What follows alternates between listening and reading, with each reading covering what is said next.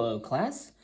Welcome to our World History lecture reading from our Almanac of World History, 3rd edition by Patricia S. Daniels and Stephen G. Hyslop.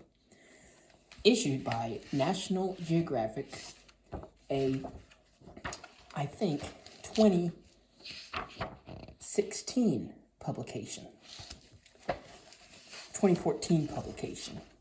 Today we start with Mesopotamian civilization from 3500 to 500 BCE and Egyptian civilization from 3000 to 500 BCE.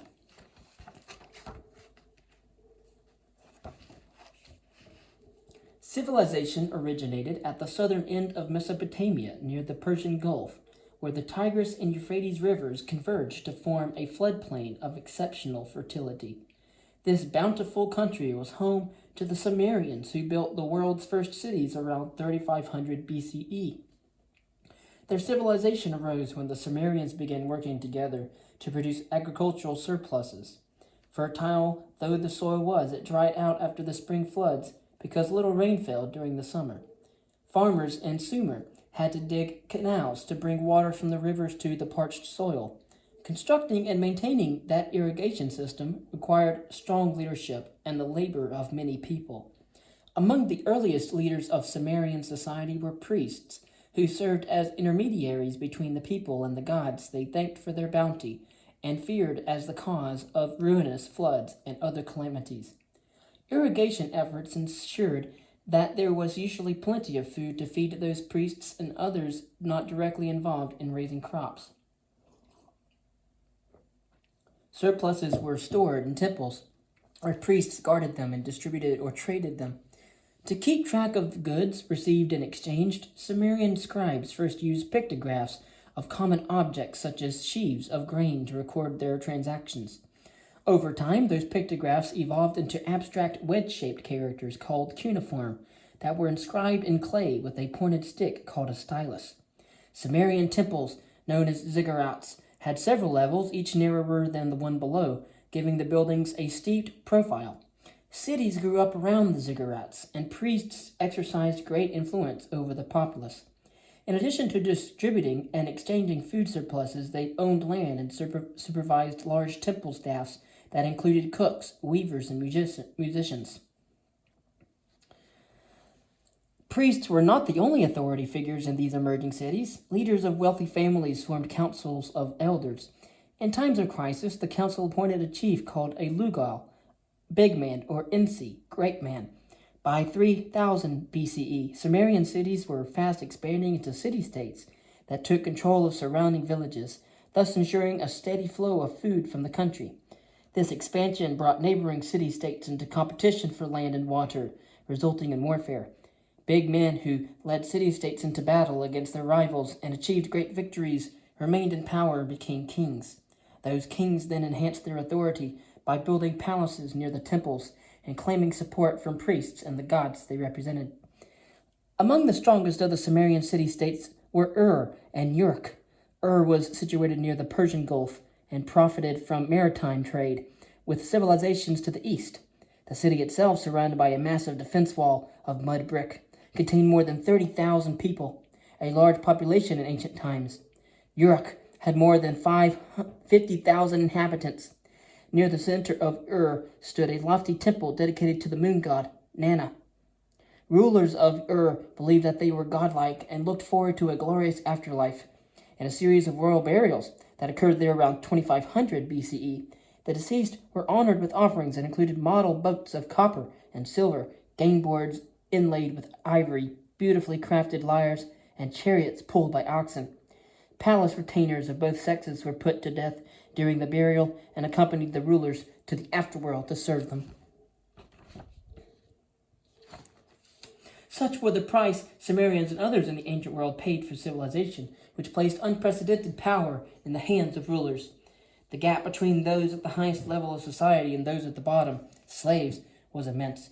The Sumerian word for slave meant foreigner, suggesting that most were outsiders, seized in battle or in slave raids. But some Sumerians sold themselves or members of their family into slavery to escape poverty or debt. While some people suffered, others benefited from the rise of powerful city-states. Many specialized occupations emerged to fill the needs of kings, priests, and the masses who lived within the city walls. Among those who profited were scribes, merchants, woodworkers, coppersmiths, bakers, and brewers who fermented mashed barley into ale, the Sumerians' favorite beverage. Laws set down in writing by Sumerian rulers offered people some assurance that their rights and property would not be taken away from them arbitrarily. Even slaves had certain rights. If a slave married a free person, for example, any children they had were born free. Women could own property and testify in court, but their husbands could divorce them if they bore no children. Sumerians were the first to record in writing both their laws and their legends. One legend told of an epic hero who survived a flood that ravaged the world.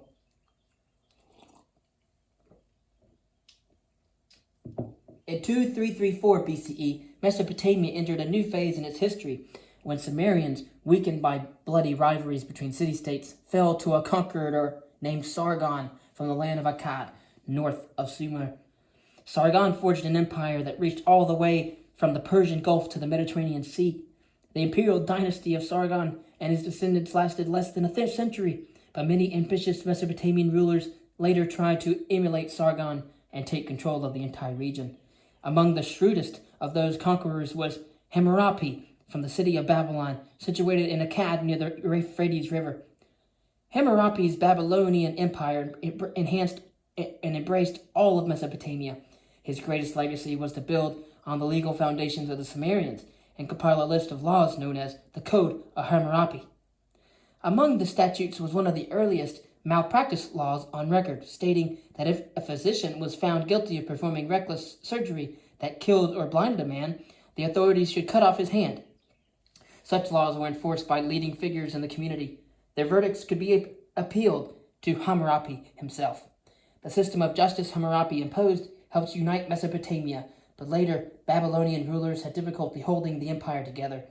The fertile land between the Tigris and Euphrates, with its rich harvest and wealthy cities, offered an irresistible target for warlike peoples from surrounding areas. In 1595 BC, fearsome invaders called the Hittites swept down from the north and sacked Babylon. The warriors rode into battle in two-wheeled chariots that were far swifter and more maneuverable than the traditional four-wheel Mesopotamian war wagons. After plundering Babylon, the Hittites retreated with their booty to their rugged homeland in what is now Turkey, where they ruled an empire that extended from northern Mesopotamia to the Mediterranean. Hittites worshipped a storm god named Teshub, who hurled lightning and rode in a chariot pulled by sacred bulls. Hittite rulers prayed to Teshub for aid and strength. Save my life, walk on my right hand, team up with me as a bull to draw the wagon. The Hittites lived by the sword and ultimately died by it. After clashing with the Egyptians in an epic chariot battle at Kadesh in modern-day Syria around 1280 BCE, they were overrun by invading seafarers from the north around 1200 BCE. The collapse of the Hittites left a void in the Middle East that was eventually filled by other conquerors, including the warlike Assyrians of northern Mesopotamia.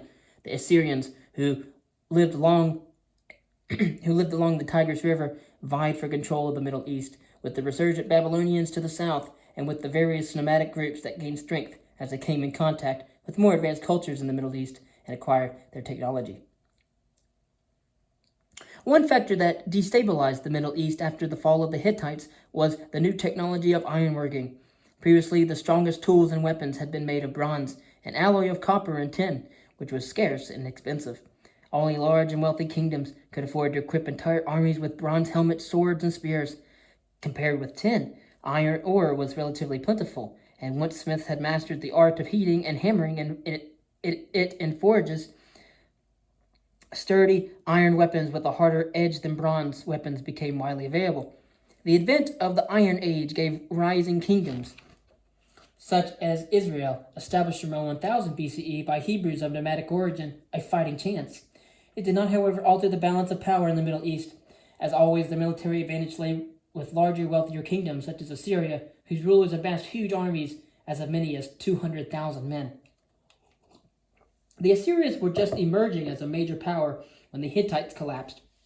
In the chaotic aftermath, the Assyrians beat back challenges from nomadic groups and became fearsome conquerors.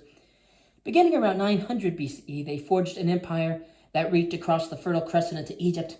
To discourage opposition, they subjected defeated enemies to horrible punishment.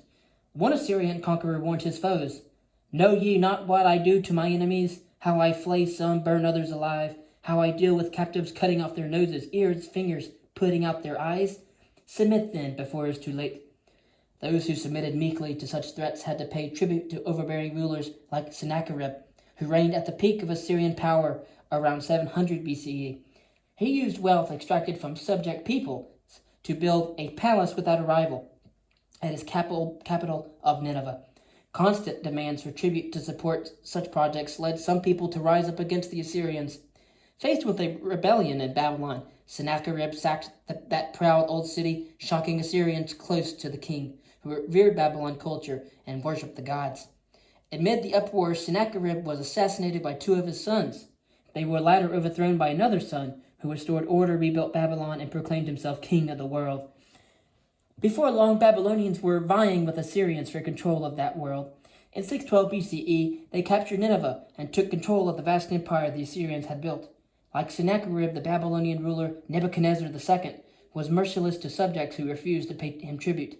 He destroyed the rebellious city of Jerusalem in Judea, which was all that remained of the kingdom of Israel after earlier Assyrian conquests. Many in Jerusalem were killed, and others were enslaved and carried off to Babylon, where they toiled amid the pagan splendors of a city restored to its former glory by Nebuchadnezzar. Among its glittering monuments were the Ishtar Gate, devoted to the war goddess Ishtar and decorated with the images of lions and bulls, and the Temple of Marduk, the chief Babylonian god, worshipped in the form of a 20-foot-high golden statue. The Hanging Gardens of Babylon entered legend as one of the seven wonders of the ancient world.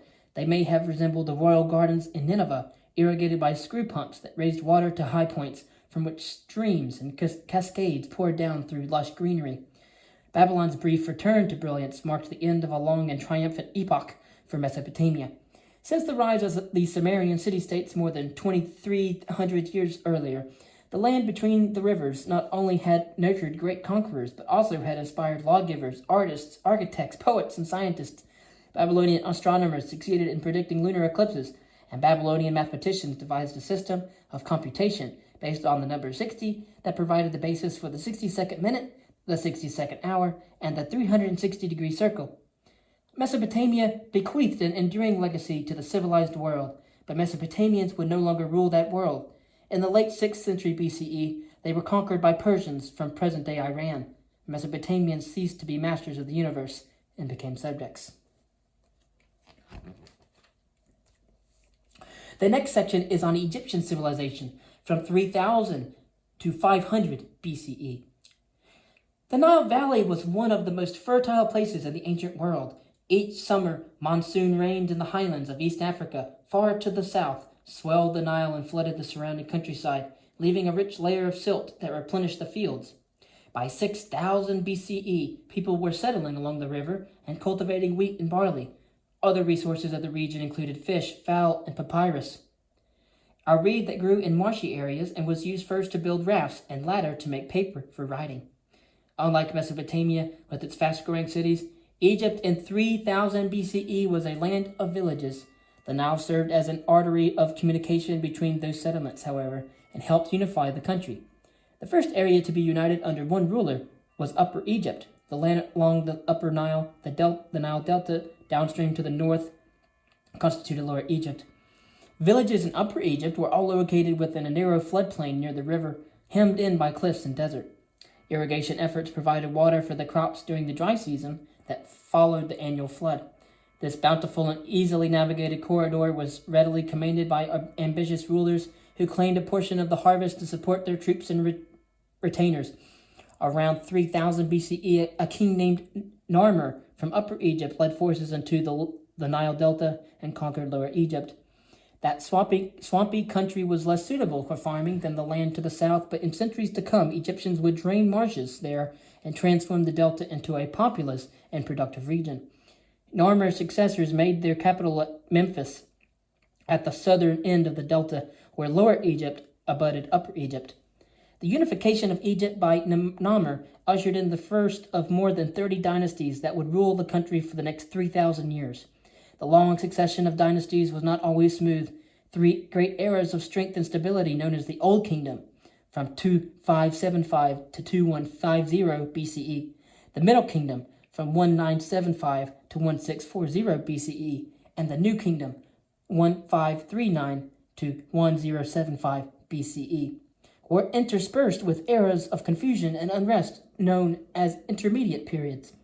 After the collapse of the New Kingdom, Egypt was often ruled by foreigners, including black Africans from Nubia or Kush. But those outsiders honored Egyptian traditions and were recognized as pharaohs, a term meaning great house, and used to refer both to the king and his palace. For thousands of years, while other civilizations rose and fell, Egypt endured. The first Egyptian kings were largely concerned with consolidating their power.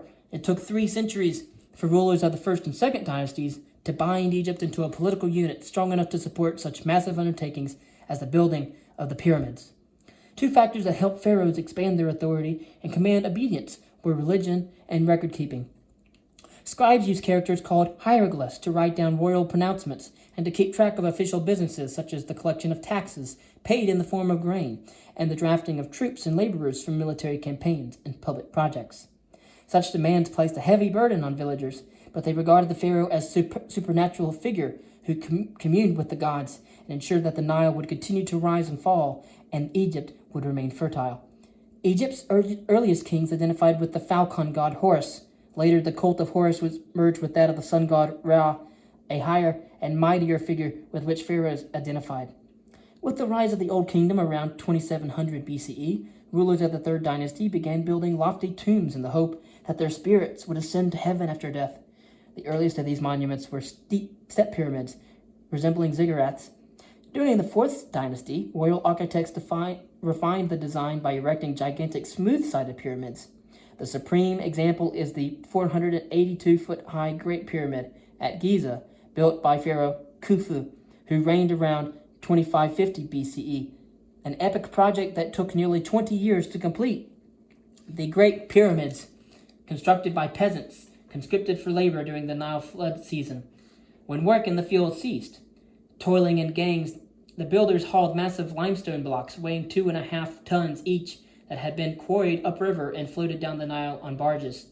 More than 2,300,000 of those blocks went into the building of the Great Pyramid. Later, Khufu's successors built smaller pyramids nearby for themselves and their wives. Guarding the entire complex was the cat-like Sphinx, bearing the face of Khufu's son, Khafre. The stunning monuments at Giza reflected an obsession with the afterlife that characterized Egyptian culture through the centuries. Mummification, the removal of a corpse's perishable internal organs, and preservation of the rest of the body was originally confined to royalty. Poor Egyptians had to content themselves with burying their dead in the sand, which inhibited decay.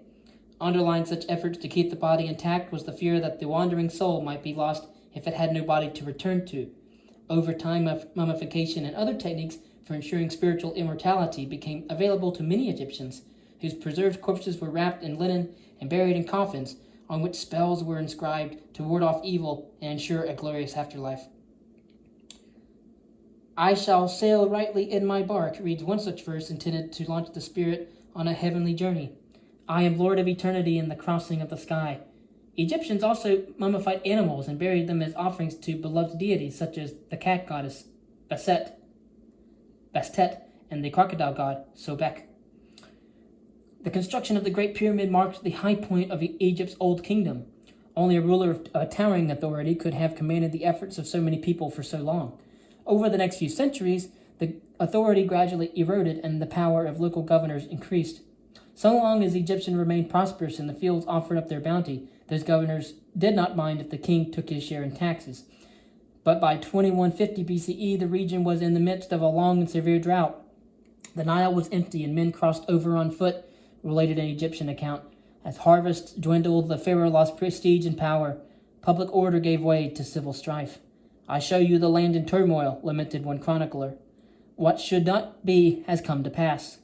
This time of famine and upheaval, known as the First Intermediate Period, ended around 1975 BCE, when a ruler named Menhotep II from the town of Thebes took control of Upper Egypt and went on to conquer Lower Egypt, thus reuniting the country and inaugurating the Middle Kingdom. Mentuhotep's successors were mindful of the problems that destroyed the Old Kingdom and worked to reduce the power of local governors and increase Egypt's grain reserves by expanding the amount of land under cultivation. A massive irrigation project transformed the oasis of Fayum, southwest of Memphis, into a great breadbasket for the kingdom. Watered by a 300-foot wide canal from the Nile, Fayum covered hundreds of square miles. The return of stability, Egypt began flexing its muscles abroad. The original frontier between Egypt and Nubia was the first cataract of the Nile, submerged in recent times by the Aswan Dam. Pharaohs of the Old Kingdom had launched ventures south of that border in search of gold and other riches. Shortly after 2000 BCE, troops of Pharaoh Amenemhet I embarked on the first in a series of conquests that brought much of Nubia under Egyptian control. Neither gold from Nubia nor bounty from the Fayum could keep Egypt from lapsing into renewed turmoil around 1630 BCE. This second intermediate period, like the first, was caused in part by changes in climate that altered the flow of the Nile. Meanwhile, foreigners were surging into the Nile Delta from the east, an incursion that was part of a larger upheaval in the Middle East. Not long before, the Hittites swept down into Mesopotamia and sacked Babylon. Mysterious intruders called the Hyksos seized power, lowered Egypt, and demanded tribute from Upper Egypt. The Hyksos introduced new technology, including the battle chariot. In time, Egyptians mastered those innovations and turned them against their Hyksos overlords. Once again, the impetus for reunification came from Thebes, where a prince named Kamose gathered forces around 1550 BCE and attacked the Hyksos in the Delta. His brother Ahmose completed the conquest and inaugurated the New Kingdom, which brought Egyptian civilization to its peak. Much like the Old Kingdom, pharaohs who built pyramids to join the sun god Ra in heaven and achieve immortality, rulers of the New Kingdom enhanced their worldly authority by claiming to be one with the greatest of gods. The patron deity of Thebes was Amun, sometimes portrayed as a ram. When rulers from Thebes defeated the Hyksos and reunited Egypt, they elevated Amun to the status of Egypt's ruling deity. He was sometimes worshipped in the form of Amun-Ra, representing a merger of the new and the old. In the words of one text, he could transform himself into an infinity of forms. Every god is in him. Pharaoh Akhenaten later broke with tradition by rejecting Amun-Ra and other gods and dedicating himself exclusively to Aten, another solar deity who took the form of the sun disk, but Akhenaten's successors denounced him and reinstated the old cults. Under royal patronage, the priesthood of Amun-Ra grew rich and powerful. Temples devoted to the god were self-sustaining communities, ruled by priests who collected rent and grain from surrounding peasants and supervised workshops that produced bread, beer, and linen clothing. The New Kingdom capital of Thebes became the site of a majestic ceremonial center called Karnak, where every year after the Nile flooded, the pharaoh took part in the joyous Opet celebration and communed with an image of Amun in his temple. Across from Karnak, along the western Nile Valley, kings and queens were buried in deep tomb chambers excavated in the cliffs. Housed at that necropolis was a talented community of masons, sculptors, and painters who spent their lives building, decorating, and furnishing the royal tombs. Treasures buried with the 19-year-old pharaoh Tutankhamun were later uncovered by archaeologists and offered posterity a dazzling look at the riches Egyptian royalty carried to the grave. Pharaohs of the New Kingdom maintained their wealth and power by tightening their hold on Nubia and its gold mines and sending armies into Canaan, Syria, and Libya. Among the greatest of Egypt's conqueror kings was Thutmose III, who crushed the Canaanites at the Battle of Megiddo in 1483 BCE. I carried off all their citizens to Egypt and their property likewise, boasted Thutmose. Tribute from lands he conquered helped fill the coffers of his successors, but they were less concerned with expanding the Egyptian empire than with fending off rival powers such as the Hittites.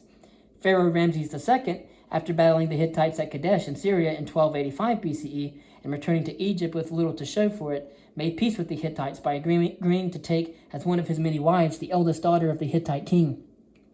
Ramses prayed to the gods to see her safely to Egypt. May you not send rain, icy blast, or snow until the marvel you have decreed for me shall reach me. After the death of Ramses II, who reigned 67 years and fathered more than 100 children, the New Kingdom lost its luster. Imperial expansion into Nubia, Syria, and Libya backfired in the long run, as the people they subjugated adopted Egyptian ways and weapons and outdid the conquerors at their own game. Nubians, for example, served as valuable troops in the Egyptian army, worshipped Egyptian gods, and built pyramids to entomb rulers of the kingdom of Cush, which arose in Nubia as the new kingdom declined. By 1000 BCE, Egypt was again in turmoil. Libyans invaded the Nile Delta, and rulers at Thebes formed a breakaway kingdom to the south. Egypt remained divided until the late 8th century BCE, when Nubians or Cushites reunited the country by peacefully occupying Thebes, where they were welcomed as champions before going on to defeat the Libyans in the Delta. Pharaohs of Nubian origin ruled Egypt wisely and well until Assyrians seized it in 667 BCE.